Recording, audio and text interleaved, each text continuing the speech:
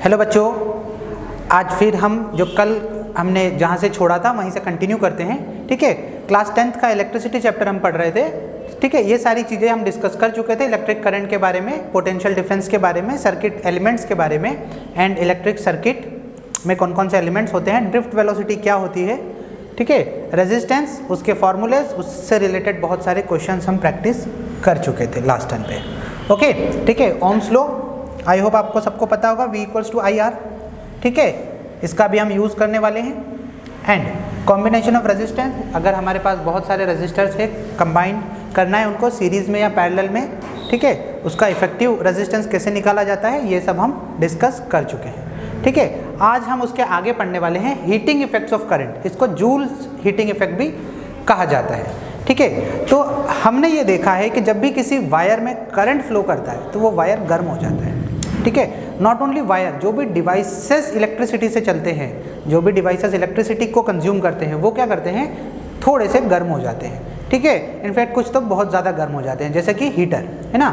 तो ये कैसे होता है, इसका रीज़न क्या है, ये सब अभी हम इस टॉपिक में पढ़ने वाले हैं। ठीक है, तो फर्स्ट ऑफ ऑल हीटिंग होती क्यों है उसको हम समझते हैं। ठीक है, तो जैसे हमारे पास मान लीजिए, हमें ऑलरेडी पता है कि कंडक्टर में बहुत सारे इलेक्ट्रॉन्स होते हैं, है ना, बहुत सारे फ्री इलेक्ट्रॉन्स होते हैं। वो फ्री इलेक्ट्रॉन जब किसी दूसरे इलेक्ट्रॉन से टकराता है, ठीक है, वो किसी दूसरे इलेक्ट्रॉन से टकराकर अपना पाथ चेंज करता है, तो वहाँ पर कोलिजन हुआ है ना। देखिए, ये जो ब्लैक वाला इलेक्ट्रॉन था, ये ब्लू वाले इलेक्ट्रॉन से टकराया एंड इसने अपना पाथ चेंज किया। इस टकराने में, इस कोलिजन में कुछ एनर्जी का लॉस होता है। ठीक है, यही एनर्जी हमें हीट के फॉर्म में दिखाई देती है। ठीक है, इसको निकालेंगे कैसे कि कितनी एनर्जी कंज्यूम्ड हुई है, उसके लिए बहुत सिंपल सी बात है, हमें पता है potential energy, electrostatic potential is Q into delta V, ऐसे ही हमने डिफाइन किया था। ठीक है, इसी को हमने वर्क डन भी कहा था। ठीक है, तो वर्क डन कितना होता है, एक चार्ज को potential difference V, potential difference Q into delta V में अगर हम लेके जाएंगे तो हमें वर्क डन मिलेगा। ठीक है, ये जो वर्क डन है ये क्या है, it is in the form of energy, यही एनर्जी के फॉर्म में निकलेगा। We know that the rate of doing work is called power, हमें यह भी पता है पावर क्या होता है। पावर बहुत सिंपल है, work done divided by time taken for doing that work, उस वर्क को करने में कितना टाइम लगा, है ना, इसी से हम पावर डिफाइन करते हैं। ठीक है, तो यहाँ पर लिखा हुआ है we know that the rate of doing work is called power, so electric power is the electric work done per unit time. ठीक है, पर यूनिट टाइम में कितना इलेक्ट्रिक वर्क हुआ, तो पावर का डेफिनेशन हो गया work done upon time, work का यूनिट होता है जूल, टाइम का यूनिट होता है सेकंड, तो पावर का यूनिट हो गया जूल पर सेकंड, इसका यूनिट वॉट भी होता है। ठीक है, वॉट, WATT। ठीक है, तो 1 joule per second is equals to 1 watt. ठीक है, ये बात हमें समझ में आती है। ठीक है, ये जो वर्क किया है किसने किया है, पोटेंशियल डिफरेंस, बेसिकली जो बैटरी आपने लगाई होगी जिसके कारण चार्जेस मूव किए होंगे, उसने जो वर्क किया है वो कहाँ गया, वो इन द फॉर्म ऑफ हीट निकल गया। ठीक है, तो हम यहाँ से देखेंगे कि वर्क डन हमें पता है Q into V divided by time, ये V पोटेंशियल डिफरेंस हो गया। What is this Q by T, this is current. तो पावर जो हमें मिल रही है वो हो रही है I इंटू V। ठीक है, पावर जो हमें मिल रही है वो मिल रही है I into V, it is rate of doing work. ठीक है, आपका जो भी बैटरी है वो किस रेट से वर्क कर रहा है, वो है I इंटू V। ठीक है, अब हम इस फॉर्मूले के बेसिस से और भी कुछ फॉर्मूले डिराइव करने वाले हैं। देखो, power equals to V into I, power equals to I square R, power equals to V square by R। ठीक है, जो सबसे पहला फॉर्मूला स्क्रीन पर आपकी दिखाई दे रहा है आपको, ये हम ऑलरेडी लास्ट स्लाइड में निकाल चुके हैं। ठीक है, इसके बाद मैं ओम्स लॉ का यूज़ करता हूँ। ठीक है, मैं ओम्स लॉ का यूज़ करता हूँ। ओम्स लॉ क्या कहता है, V इक्वल्स टू IR। ठीक है, V इक्वल्स टू IR, मैं इस V का वैल्यू यहाँ सब्सटीट्यूट करता हूँ तो ये बनता है I into R into I। Okay, that is I square R। आपको सेकेंड इक्वेशन मिल जाती है, ये सेकेंड इक्वेशन मिल जाती है आपको। ठीक है, ओम्स लॉ का यूज़ करके। ठीक है, तो पावर का फॉर्मूला V इंटू I भी होता है, पावर का फॉर्मूला I स्क्वायर R भी होता है। सिमिलरली हम जो लास्ट इक्वेशन है वो भी डिराइव कर सकते हैं। ठीक है, power is equals to V into I लिखा हुआ है एंड ओम्स लॉ से हमें पता है V is equals to I R। I can write I is equals to V by R. Okay, substituting this value of I, इस equation में आई का वैल्यू सब्सटीट्यूट कर दूंगा तो पावर का फॉर्मूला बन रहा है वी स्क्वायर बाई आर. ठीक है, तो ये 3 फॉर्मूलेज हमें पावर के मिले. ठीक है, अब यहाँ पर एक बात नोटिस करने जैसी है कि अगर हमसे पूछा जाए power is directly proportional to R या इन्वर्सली प्रोपोर्शनल टू आर, ठीक है, तो हम उसका आंसर कैसे देंगे. तो अगर आप इस इक्वेशन को नोटिस करोगे तो यहाँ पर दिख रहा है प्रोपोर्शनल टू आर, यहाँ पर दिख रहा है इन्वर्सली प्रोपोर्शनल टू आर. तो इसका क्या मतलब हुआ बेटा, ये कंडीशन बेस्ड हो गया है ना. अगर कंपेयर करने के लिए कुछ कंडीशन हमें कांस्टेंट रखनी पड़ेगी. अगर हम कह रहे हैं power is directly proportional to R, तो हम ये कंडीशन तब लगा पाएंगे जब दोनों जिसको हम कंपेयर कर रहे हैं उनमें दोनों में करंट सेम हो, दोनों में करंट सेम हो, है ना. एंड अगर हम power equal to V square by R लिख रहे हैं, है ना, और कंपेयर कर रहे हैं तो दोनों का पोटेंशियल सेम होना ज़रूरी है. ठीक है, 2 अलग अलग कंडक्टर्स हुए तो उनका पोटेंशियल सेम अगर होगा तो हम लास्ट वाला फॉर्मूला यूज़ करेंगे. ठीक है, तो हम ऐसे कंक्लूड नहीं करेंगे कि डायरेक्टली प्रोपोर्शनल आर होता है या इन्वर्सली प्रोपोर्शनल टू आर होता है. It depend on the factor, आप आई को कांस्टेंट मान रहे हैं या वी को कांस्टेंट मान रहे हैं. ठीक है, वो अलग अलग कंडीशंस में अलग अलग होने वाला है. ठीक है, ओके. अब हमें पता है कि पावर जो होता है वो वर्क डन अपॉन, हमें पता है जो पावर होता है वो कितना होता है, वर्क डन अपॉन टाइम.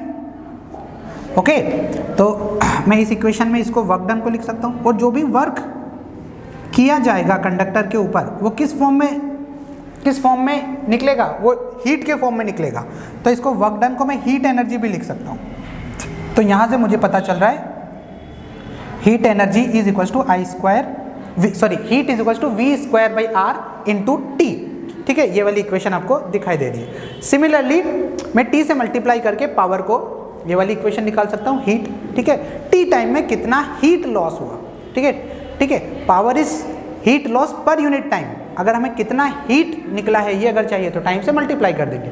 ठीक है, तो तीनों पावर्स के फॉर्मूले में अगर हम टाइम मल्टीप्लाई कर देंगे तो हमें हीट लॉस पता चल जाएगा.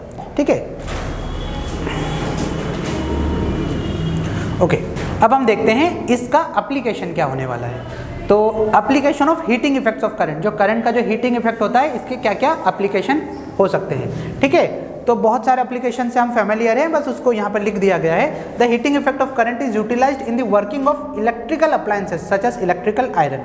हम आयरन करते हैं, ठीक है, कपड़ों पर, वो करंट से जब कनेक्ट किया जाता है उसको तो वो गर्म हो जाती है. इलेक्ट्रिक केटल, हम वाटर बॉईल करने के लिए इलेक्ट्रिक केटल का यूज़ करते हैं, उसमें भी इलेक्ट्रिकल एनर्जी हीट एनर्जी में कन्वर्ट होती है. सिंपल सा कॉन्सेप्ट है कि एक कॉइल होती है जिसके अंदर रेजिस्टेंस होता है, उस रेजिस्टेंस में जब करंट फ्लो होता है तो it will generate heat. Electric toaster same concept, electric oven, room heater, इन सभी में रेजिस्टेंस लगा होता है जिसमें जब करंट फ्लो होता है तो हीट निकलती है. ठीक है, the heating effect of electric current is utilized in an electric bulb. ठीक है, यहाँ पर आप देख रहे हैं डायरेक्टली उसको हीट में कन्वर्ट किया जा रहा था. ठीक है, यहाँ पर हम उसको लाइट में कन्वर्ट कर रहे हैं. लाइट में कैसे कन्वर्ट करेंगे, the heating effect of electric current is utilized in electric bulb that is electric lamp for producing light. Tungsten metal is used for making the filament of electric bulb. It has very high melting point. जो filament होता है उसमें हम tungsten material use करते हैं, उसका melting point बहुत high होता है. तो वो जब हीट रिलीज करता है तो वाइट हॉट हो जाता है, उससे कि आपको वहाँ से लाइट निकलना शुरू हो जाती है. ठीक है, तो बल्ब हीट भी होता है और लाइट भी निकलती है. ठीक है, तो यहाँ से हमें समझ में आता है कि हम हीटिंग इफेक्ट को ही लाइट के फॉर्म में भी यूज़ कर सकते हैं. अगर हम किसी मटेरियल को इतना ज़्यादा हॉट कर दें, इतना ज़्यादा हीट कर दें, then it will emit light, वो लाइट इमिट करना शुरू कर देता है. ठीक है, then the heating effect of electric current is utilized in electric fuse. अब इसका एक बहुत अच्छा यूज़ है, बहुत ब्रिलियंट यूज़ किया है हमने फ्यूज़ के फॉर्म में. ठीक है, इस तरीके के फ्यूज़ आपने घरों में देखे होंगे. ठीक है, यहाँ पर हम वायर कनेक्ट करते हैं जिससे कि सर्किट कंप्लीट हो जाए. ठीक है, यहाँ पर इससे यहाँ पर हम ऐसा लगा के वायर कनेक्ट कर देते हैं जिससे कि हमारा सर्किट कंप्लीट हो जाए. ठीक है, इसको सर्किट ब्रेकर भी बोला जाता है क्योंकि जब इसको हम निकालते हैं तो सर्किट ब्रेक हो जाता है. ठीक है, तो सर्किट ब्रेकर कम फ्यूज़, ये दोनों का ही काम करेगा. अब इसमें क्या होगा, इससे हमारे प्रोटेक्ट कैसे होंगे हाउस होल्ड अप्लायंस, ये समझते हैं.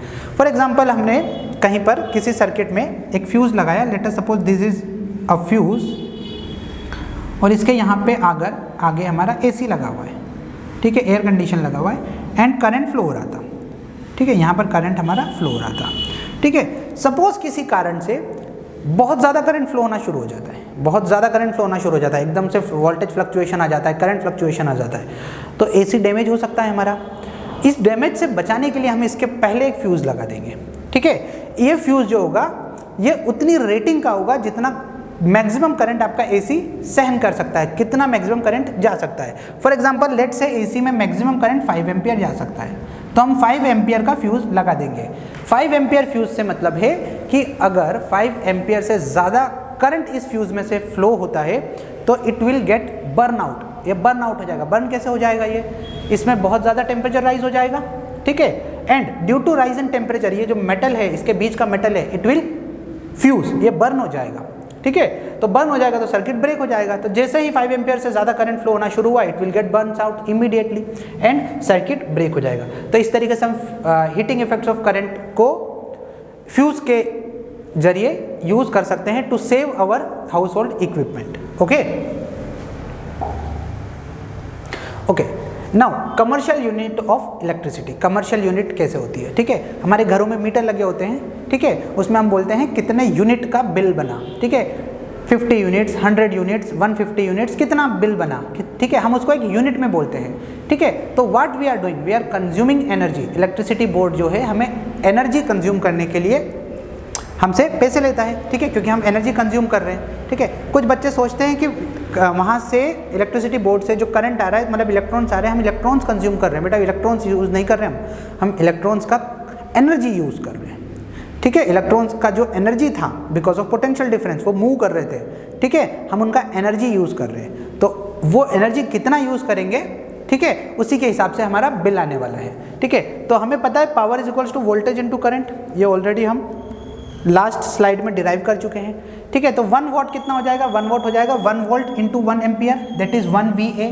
अब ये बहुत स्मॉलर यूनिट है, ये बहुत स्मॉलर यूनिट है, ठीक है। तो हमने थोड़ा बड़ा यूनिट बनाया, हमने इस वॉट को 1 किलोवाट लिया, इसको 1 किलोवाट लिया, ठीक है। तो 1 किलोवाट आवर, ये this H represent for hour, ठीक है। अगर मैं वॉट में टाइम मल्टीप्लाई कर दूंगा तो मुझे क्या मिल जाएगा? हीट, एनर्जी, वर्क डन, ठीक है। हमें पता है ना, power into time is equals to work done, that is energy, that is energy, है ना। तो मुझे पावर मिल इनटू टाइम अगर मैं मल्टीप्लाई करने वाला हूँ तो वर्क डन मिल जाएगा, कितना एनर्जी यूज़ किया, ठीक है। तो 1 kilowatt hour, that is 1 kilowatt is used for 1 hour. 1 kilowatt energy हम यूज़ कर रहे हैं 1 आवर। 1 किलोवाट मतलब कितना होता है? 1000 जूल पर सेकेंड। 1 किलोवाट मतलब 1000 joule per second for 1 hour. 1 our को मैं सेकेंड में कन्वर्ट कर रहा हूँ, 60 इंटू 60, ठीक है, 60 इंटू 60 3600 हो जाएगा। उसको 1000 से मल्टीप्लाई करेंगे तो हमें पता चलेगा 1 kilowatt hour is equals to 3.6 into 10 to the power 6 joule.